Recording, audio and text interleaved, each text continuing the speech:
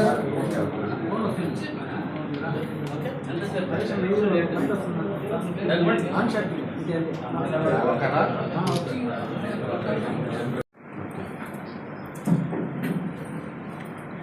నమస్కారం.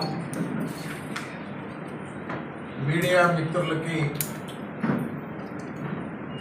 ప్రత్యేకంగా ధన్యవాదాలు తెలియజేసుకుంటున్నాం. గత 5 సంవత్సరాలుగా ప్రజలు, ప్రతిపక్ష పార్టీలు, ప్రత్యేకించి తెలుగుదేశం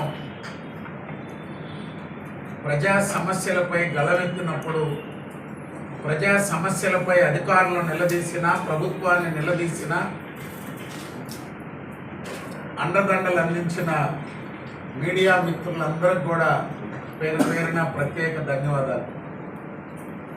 గత 3 నెలలుగా ఎన్నికల రణరంగంలో అధికార పార్టీ ప్రలోభాలు, ఒత్తిళ్లు, దౌర్జన్యాలు, అరాచకాలని ఎప్పటికప్పుడు మీడియా మిత్రులు ప్రజల దృష్టికి, ఎన్నికల కమిషన్ నిరంతరం పర్యవేక్షించే విధంగా కృషి చేసిన మిత్రులందరూ కూడా ధన్యవాదాలు తెలియజేస్తూ, 5 సంవత్సరాలు విచ్చలవిడిగా ప్రవర్తించినటువంటి ముఖ్యమంత్రి దగ్గర నుంచి కింద వార్డు స్థాయి నాయకత్వం, వైకాపా నాయకత్వం, ఈ రాష్ట్రంలో పోలీస్, రెవెన్యూ ఎన్నికల కోడ్ వచ్చాక, ఎన్నికల షెడ్యూల్ విడుదల ముందే, ఎన్నికల 6 నెలల సమయం ఉందన్నప్పుడే అధికారులు కొంత జాగ్రత్త పడతారు. ఇది ఎవరు అధికారంలో ఉన్నా, ఎవరు ముఖ్యమంత్రి ఉన్నా, ఏ పార్టీ అధికారంలో ఉన్నా, ఎన్నికలకు 6 నెలల ముందు అధికారులు ఒక పార్టీ వైపు కాకుండా పనిచేస్తారు. ఎన్నికల కమిషన్ ఆదేశించిన, వార్నింగ్ ఇచ్చిన, అధికారుల్ని మార్పులు చేసిన ఈ దఫా ఎన్నికల్లో పై స్థాయి నుంచి ఎన్ని ఆదేశాలు ఇచ్చినా పోలీసు యంత్రాంగం కొన్ని ప్రాంతాల్లో ప్రవర్తించినటువంటి తీరు చూశాక వీళ్ళలో మార్పు లేదు, అధికారులు అనేది మర్చిపోయారు, ఎక్కడ కూడా ఎన్నికల కమిషన్ పరిధిలో పనిచేస్తున్నాం అనేటువంటి భయం కాదు కదా, ఆలోచన కూడా లేదు. దానికి ఉదాహరణే నిన్నటి రోజున చంద్రగిరి స్ట్రాంగ్ రూమ్ దగ్గర జరిగినటువంటి ఘటన. తిరుపతి నగర నడిబొడ్డున స్ట్రాంగ్ రూమ్ దగ్గరకి అభ్యర్థులు పోవాలంటే, లేదా అభ్యర్థి తరపున చీఫ్ ఎలక్షన్ ఏజెంట్ పోవాలంటే 100 నిబంధనలు చెబుతున్న అధికారులు, పోలీసు యంత్రాంగం, 100 మంది వైసీపీ గూండాలు రాడ్లు, సుత్తులు, కత్తులు ఎత్తుకొని స్ట్రాంగ్ రూమ్ దగ్గర ఎందుకున్నారు?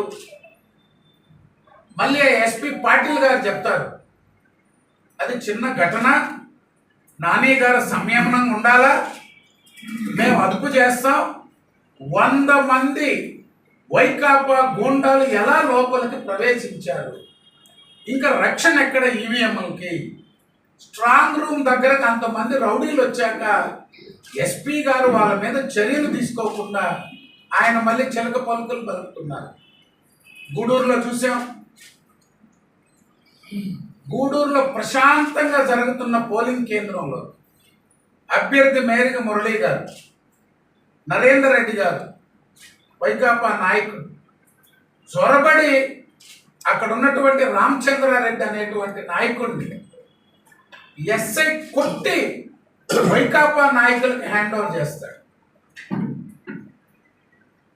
దారుణమైన పరిస్థితి. మరొక పట్టాభి రామరెడ్డి గారు, నీ అంతు చూస్తా, నిన్నే టార్గెట్ నాకు ఆయన చొక్కా పట్టుకొని పోయి లాక్కుపోతారు. ఎమ్మెల్యే వస్తే గందరగోళంగా మాజీ ఎమ్మెల్యే సునీల్ మీద దాడి. అక్కడున్న ఎస్ఐ అంజిరెడ్డి వైఎస్ఆర్సీపీకి పనిచేయాలనుకుంటే చొక్కా ఇప్పేసి వైఎస్ఆర్సీపీ బనీని వేసుకొని ఎన్నికల్లో తిరగొచ్చు. లేకపోతే సిఐ వేణుగోపాల్ రెడ్డి, డిఎస్పి సూర్యనారాయణ రెడ్డి, మీకు అందరికీ జగన్మోహన్ రెడ్డి మీద ప్రేమ ఉంటే వైఎస్ఆర్సీపీలో చేరి పనిచేసుకోండి.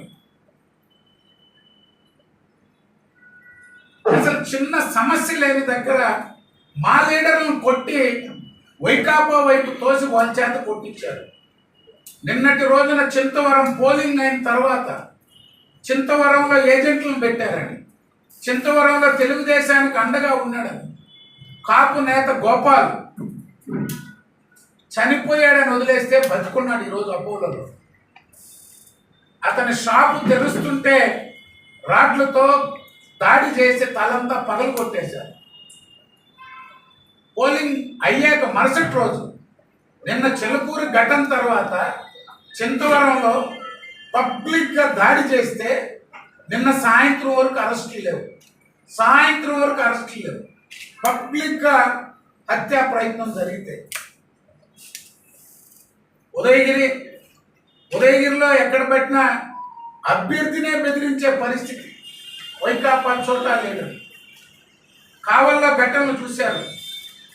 జిల్లా అధ్యక్షుడు అజీజ్ భాయ్ గారు నిరంతరం పార్టీ ఆఫీస్ కేంద్రంగా ప్రధాన కార్యదర్శి వెంకటేశ్వర రెడ్డి గారు ఎప్పటికప్పుడు ఎస్పీ గారికి, ఎన్నికల అబ్జర్వర్లకి పదే మాట్లాడి అల్లూరులో ఘర్షణ ఆపితే వీరంగుంట పక్కన ఉన్నటువంటి ఒక చిన్న గ్రామం ప్రశాంతంగా జరిగే పోలింగ్ కేంద్రాల మీదకి కార్లు వేసుకొని, వ్యాన్లు వేసుకొని పోయి దాడి చేసిన పరిస్థితి.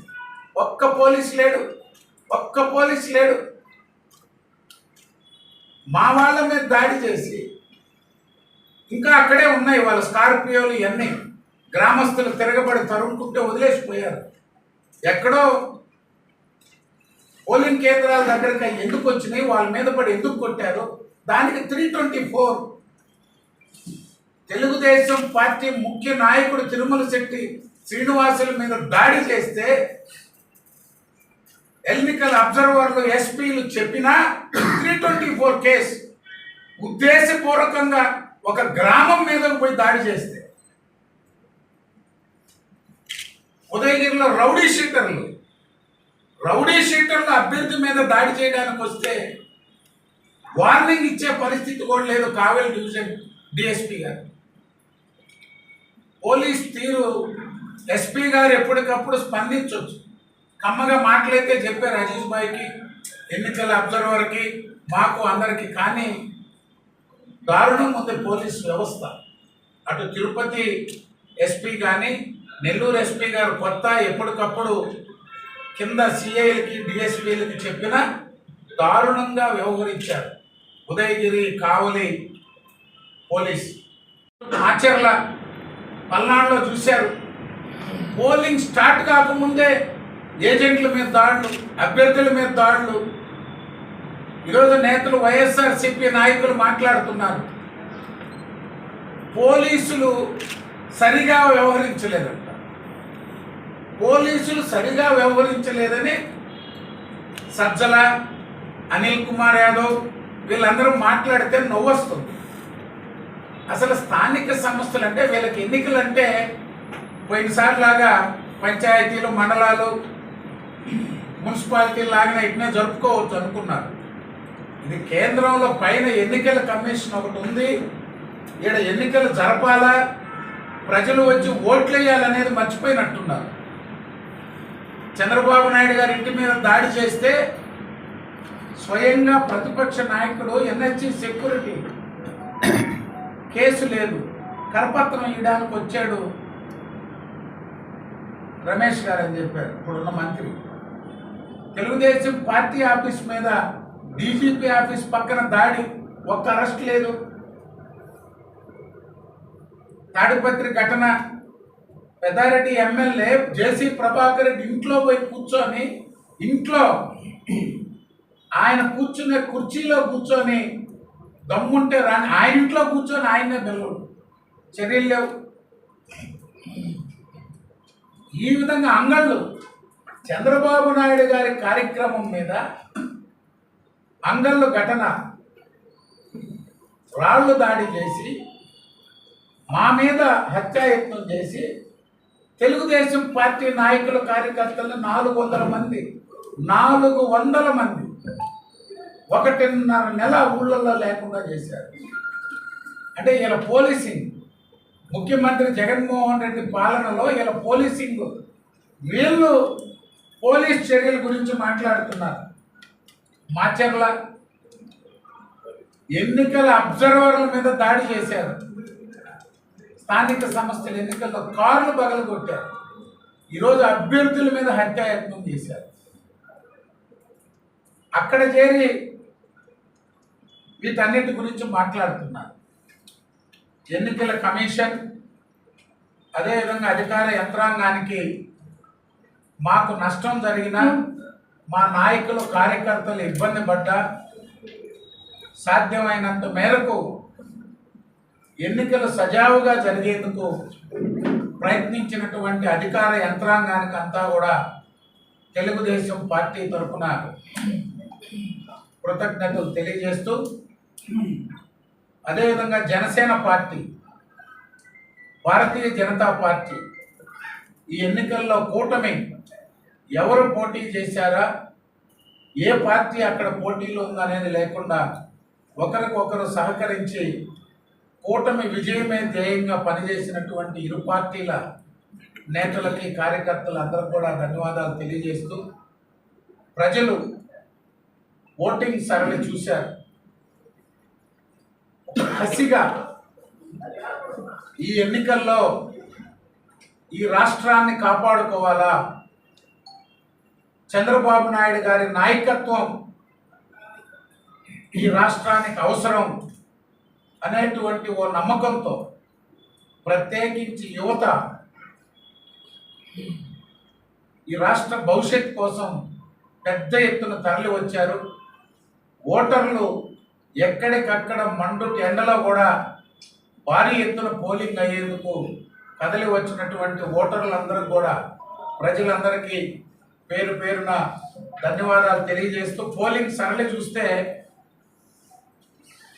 జిల్లా 73-63 అయింది, నియోజకవర్గాల వారీగా 79-60, దాదాపు 80% నియోజకవర్గాల వారీగా అజీబాబు తెలియజేస్తారు.